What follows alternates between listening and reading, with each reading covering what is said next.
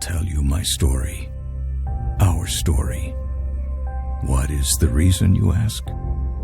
The story needs to be told, and if there is no one left to tell it, its meaning will be lost. Why now, you ask, when all lies shattered around us? Yes, you are right. But we are at the end of times, and when something ends, something else begins. So my story might yet live on in this world. They gave me different names. They called me the hero, the one who sacrificed everything to save the people and the land. They called me the destroyer, who betrayed the trust of all races and brought the end of times. I am both, and I am neither. I want you to hear me, see through my eyes, understand the reasons for the things I have done. And before I pass from this world, I need to be judged. I need you to judge me.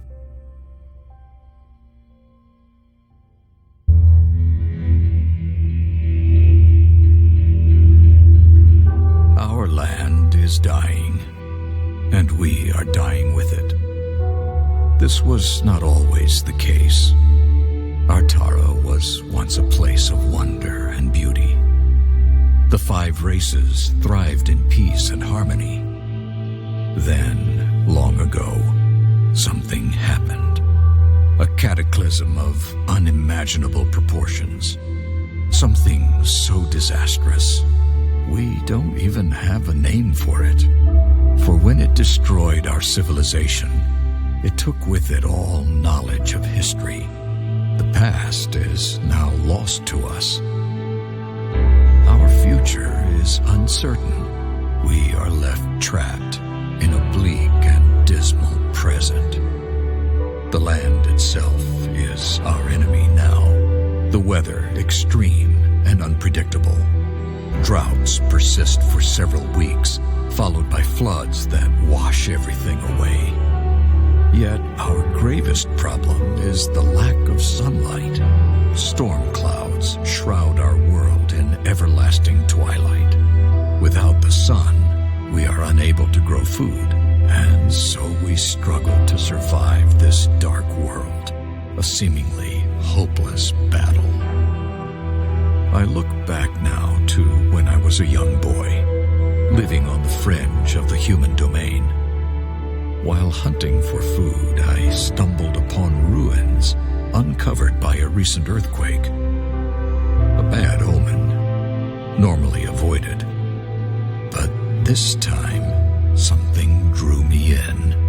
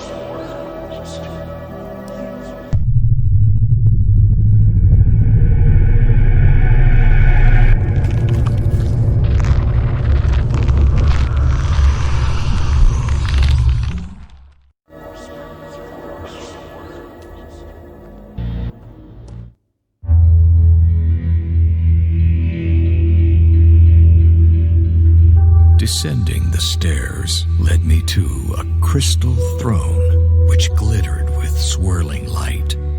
I felt strangely compelled to approach and sit. As I took my place upon it, a sudden torrent of light enveloped me. The illumination overwhelmed my senses. I grew nauseous and weak, but before I lost consciousness, the throne ejected me to the floor. I fled and told no one what happened, for fear of being deemed tainted and banished from the village, for this was the way of my people.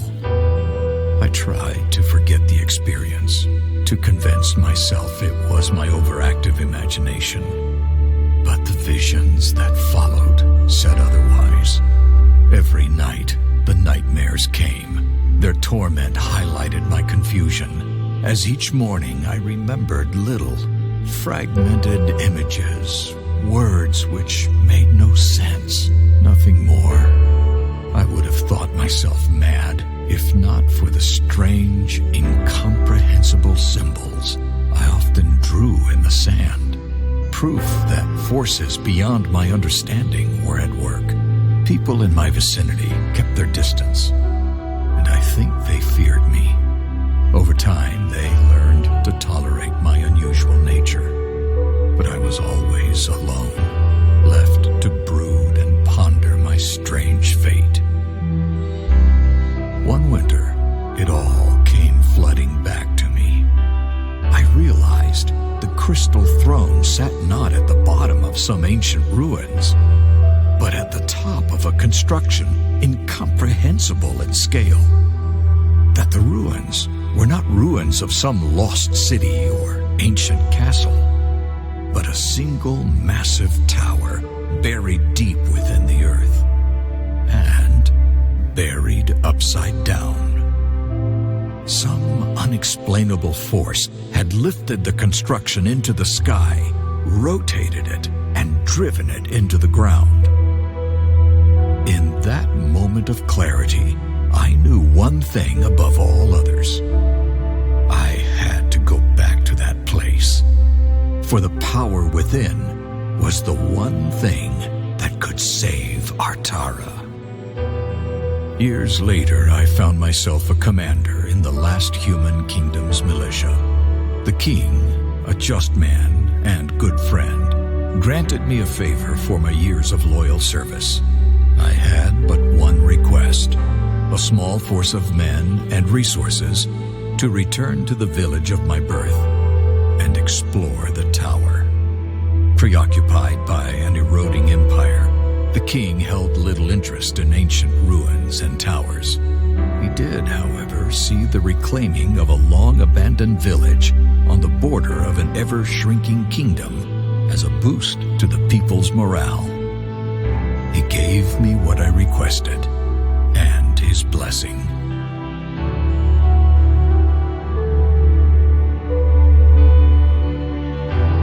So here I am, returning to the very place which has haunted me my entire life. It is a desolate place now. Time has not been kind to my village.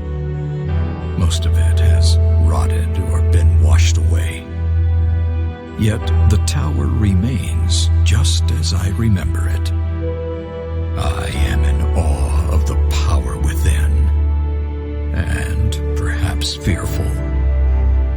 The men and I are setting up the camp in the village, while Cain and Maev, two of my most capable warriors, will scout the tower. Once again, I feel its call. We must uncover its secrets. We must find a way to reach the power within. If we fail, it will be the